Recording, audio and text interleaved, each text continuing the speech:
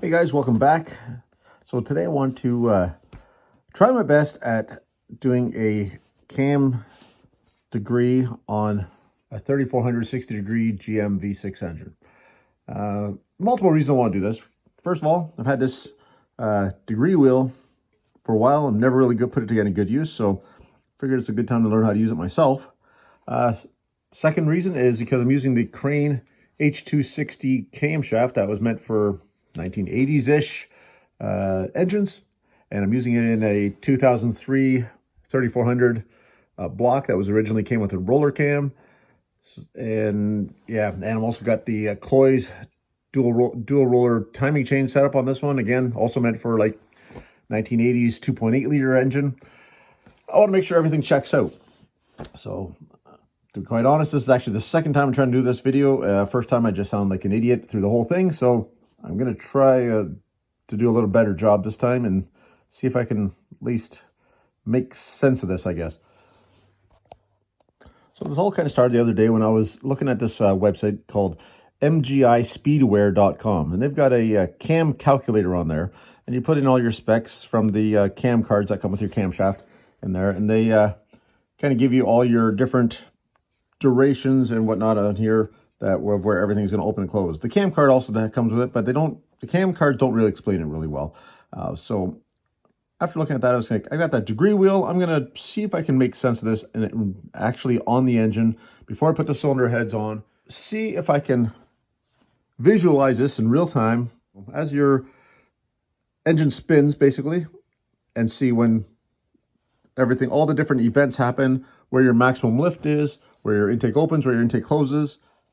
The other thing I wanted to do is also see how much valve lift with a set of heads on here I have at the maximum lift. So I want to basically time this properly, that I have this thing at the what is called the intake center line and the exhaust center line. So I got two marks here, and I'll show you that in a bit.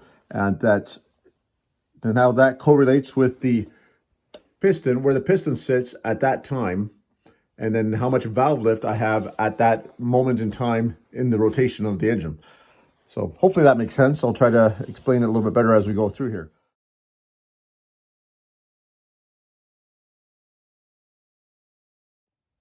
So let's get started here. So as you can see here, I got this engine, or the degree wheel, set at top dead center. I got the mark on the cam gear facing down, which would match up with the gear down here, which is got a dot on it, but you can't see it because the degree wheel's on here. That lines everything up, and that also lines up with the piston being at top dead center on number one. So hopefully all that makes sense so far. Now, all the measurements on this are done at 50 thou lift. Maybe somebody out there can explain why we use 50 thou lift and not 0, because this is already starting to lift up. It's at top dead center, but this cam, your intake lifter, is already got some lift on it. According to this, my intake valve opens at 5 degrees after top dead center, but that's including the 50 thou. So 5 degrees after top dead center, down here, intake opens, but it's actually already started to open. So it's actually opening up a little bit before that, because we're measuring it only at the 50 thou mark, not before that. So a quick Google search shows why we use the 50 thou mark. If you're interested, you can check out iskicams.com. Looks like they're the ones that invented it, and it also has a good explanation in there why the intake valve will start opening before top dead center. So you can see that that's going to start opening there. So I'm going to turn this to the 5 degrees, and you can see that that's going to start lifting up. This is going to start going down as the lifter keeps coming up. We're going to keep turning this until we get to the intake center line. That's going to be our maximum lift on the intake valve. So let's see if we can line that up best we can. So that's going to be our maximum lift on the intake valve. You can see how far down the piston is there. Now we're going to keep going through the rotation, and it should be, we're going to get over to where it says the intake closed here, and that's going to be, intake closed on this one is 29 degrees after bottom dead center. So we got bottom dead center here. It's going to be 29 degrees after that. You go 10, 20, 30s there. So it's just before that. And again, that's at 50 thou, so it's not going to be quite closed when we get to that point. So we're going to watch that intake lifter is going to go down. We're going to be right about there. So that's where it says intake is closed. Now it's not quite flush there because, again, we're dealing with the 50 thou, so we got to go a few more degrees to get it all the way down. And so right about there, she's completely closed. So right now, both intake and exhaust valves would be closed. And we're going to go, and we're going to be on the compression stroke here. We're going to go all the way around till we get to where the exhaust valve opens. So even though it says exhaust closed here, we're not on that part of the stroke right now, because you can see we're just going to be just right on the cam base circle. The piston's all the way back up to the top on the compression. So that would have just fired off your spark plug, and now they're going to go back down. And we're going to be coming over here to where it says exhaust valve open. So on this one, the exhaust valve opens at 45 degrees before bottom dead center, BBDC. So you can see here, right there. Now our exhaust valve is starting to lift up. And we're going to go all the way till the exhaust center line. Exhaust center line on this one is 117 degrees before top dead center. So I found this one funny because the exhaust center is at 117 degrees before top dead center, BTDC. So we got top dead center over here. If we count it backwards, because it's before, we go 10, 20, 30, 40, 50, 60, 70, 80, 90. But then it starts counting backwards again. So because we're doing 117 degrees before, we got to keep going. So 90, this would be 100, 110, this would be 120. So we're just before that. So 117 is be right there. You can see I kind of messed it up before because I had it in the wrong spot. But it doesn't actually show that measurement or those degrees on the wheel here. So you kind of got to do some thinking for yourself when you're doing some of these things. So as we keep working our way around, we're going to come to where it says the exhaust valve is closed. Again, that's going to be at the 50 thou mark. And we're going to keep turning. That exhaust valve is going down. Piston is coming back up. And we're pretty much right back to where we started with the top dead center. And the whole thing starts all over again. So a couple things I want to point out here. So obviously at the intake center, you got your intake lifter as high as it's going to go. So obviously that's going to be the maximum lift on the intake, and your piston is way down the bore. So you got no problem at that point. The problem comes in where, and if I'm going to run this backwards here, so we're going to run it backwards until we see where that starts lifting up. So here's where we have a concern more. I don't think it's going to be a problem. So that's right top dead center there, and that's going backwards. So going forwards, that your intake lifter is just starting to lift up. So that means your intake valve is just starting to open just as that piston is going down. So again, they should work in harmony and just everything be good. But if you have more lift right there than what you have in the piston going down, that's when you get into problems where things try to occupy the same space at the same time. I don't think it's going to be a problem on this one, but I'm going to grab a cylinder head and bolt it on and check some clearances there as well. Just an old cylinder head, just with a old 3.1 gasket, and we're going to do some checking. And if I spin this all around to the exhaust side, so it's the same situation on the exhaust side. So we got the exhaust center straight up, and exhaust lifter is up as far as it goes, and that piston is way down at the bottom of the bore. So we got lots of room for the valve there at that time.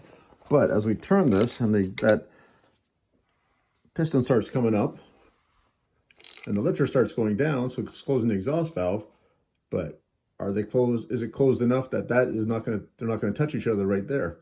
So I'm pretty sure we're okay, because I know I've used this camshaft on my 3.1. I'm pretty sure it's going to be perfectly fine. But those are the kind of things that you have to worry about when you're building an engine, especially with unknown cams, unknown parts. So you always got to check these kind of things, and that's why I want to do this video, just to give people a visual on how and what's happening as this engine's spinning, say at 6,000 RPM. These things are happening really, really, really fast. So just something to keep in mind. Okay, I'm on the intake center line, so it's going to be your maximum lift on the intake valve. You can see the lifter is up as high as it's going to go. Like I said before, the piston was way down the bore at that point. It's way down here somewhere. So if I take this intake valve here, this kind of just mocked up cylinder head I got on here, I can push it way down. It's like easily over 600 lift there. All the way up, pretty much all the way down. I can push it right through. I could probably lose it into the cylinder there. So again, the lift there is not a problem. I can easily get lots of lift at that point. It's when like I said before, it's when that intake valve is just, so it starts opening. I'm gonna back it up here. We're back to top dead center. So it's just, you can see that is just starting to lift up at that point. And at that point, I got very little room for lift, but I've also got very little lift on the lifter there as well. So the cam is not lifting up very much at that point. So again, that translates. Now, the problem though is this is lifting up. This has got a maximum lift of 0.285, but a 3400 has a rocker ratio of 1.6. So this is opening 1.6 times more than that's lifting. So if we do the math, this 0.285, that's going to equal 0.455 lift. So that's where we have to be concerned that this is not opening faster than the piston is going down. And then you got things touching and again, trying to occupy the same space at the same time. But you need to be aware of these kind of things. So like I said before, I'm pretty sure I'm going to be okay with this camshaft. I used it. This is the same one I used on my crane on my 3.1 turbo. You know, so pretty much the same layout. It's not going to be anything drastically different with the 3400 versus the 3.1.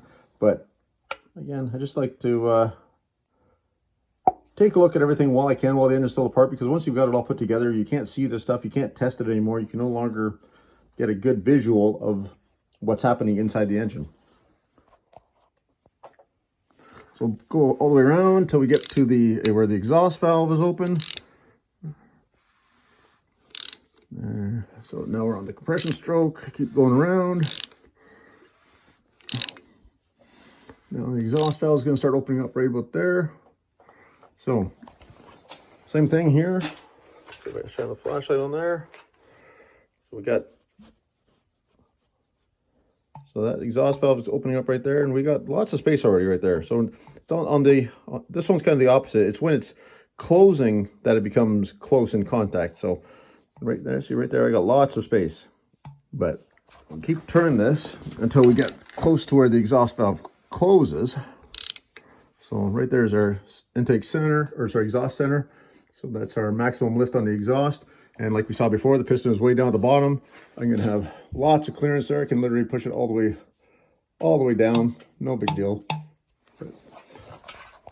But it's when we get back up here, so now the exhaust valve should be, oops, dropped my wrench, should be closed there.